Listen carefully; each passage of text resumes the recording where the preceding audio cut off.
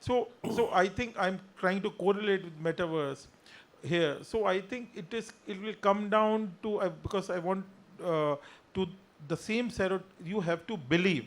Everything is about belief, right? Here, belief.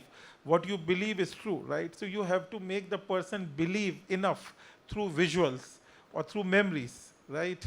That it is the same experience. But of course, I don't have a very technical answer to it, but I agree with it. So you have to make the person, as long as you can create the same dopamine, serotonin levels and the same belief, I think the job is done. But maybe you have better ideas, happy to, but I think it's the visuals and taking you back to your experience of memory, what you have done at that time. But I hope the stomach is full too, other than dopamine and serotonin. Yeah, wonderful. Yeah.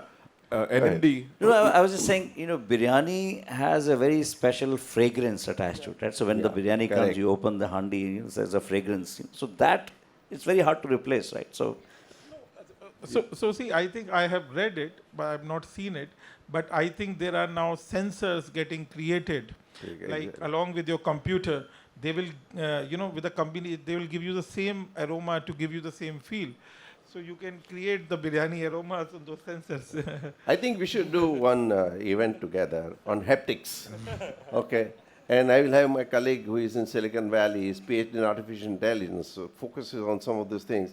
So haptics is going to be very interesting experiment to have mixed reality.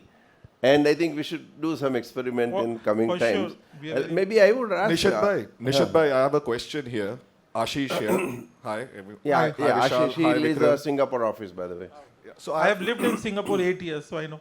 So next time you are there, please do let us know, and we'll obviously be glad to host you there as well. And yeah, if there is an outlet opening, I'll definitely be there as well. But I have two questions here. One, especially given your line of work, and you as you described it earlier, it's dependent upon providing that biryani and having it delivered to the house. What is your take on all these delivery apps and their share into restaurants' profits, and how do you interplay in your discussions with all the delivery providers in terms of what they charge for the service that they are providing? So that's one. How does that interplay with your business? And second, what is your take on new business areas connected to yours, such as cloud kitchen?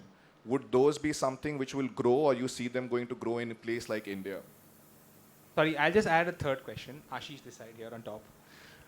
So what made you believe that you want to do 100 outlets versus maybe one outlet like Kayani? Was it only revenue, or do you think there are other factors to it? And Vikram, to you the question is, when you invested, did you think about, did you think that they are going to have 100 outlets, or did you think that they're going to become someone like a Kayani in Pune? Yeah, let me answer the first question first. So I think I get asked this question about food aggregators, from Deliveroo to Uber Eats to Zomato, Swiggy, everyone, right? So in every business, very broadly, this is a very broad comment, there is a content creator and there's a distributor. You can take P&G and Unilever as a content producer, and you can take a Walmart or a Flipkart or Amazon as a distribution.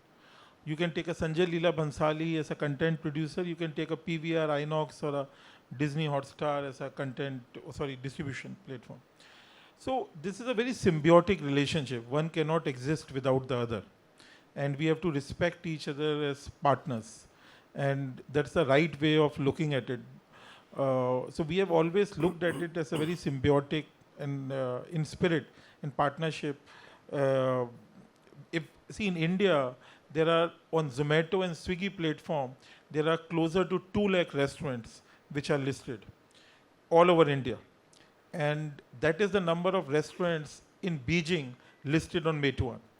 So the content side, Zomato and Swiggy tomorrow cannot grow if they don't have the content side, right? You have 2 lakh restaurants on one side, and you have 50 million customers on the other side, right? So it's a very symbiotic relationship. They also know they need to improve this side of the business. And so I have to give them due credit that they're giving me distribution. Having said that, our web app, we have one dine-in outlet per city, especially in tier 2 towns like Ludhiana, if I can call them tier 2, Ludhiana or Kanpur or Mysore, Bangalore, we have Jamshedpur dine-in outlets. So we have dine-in revenue, call center revenue, our own website revenue app, which is more than 30%.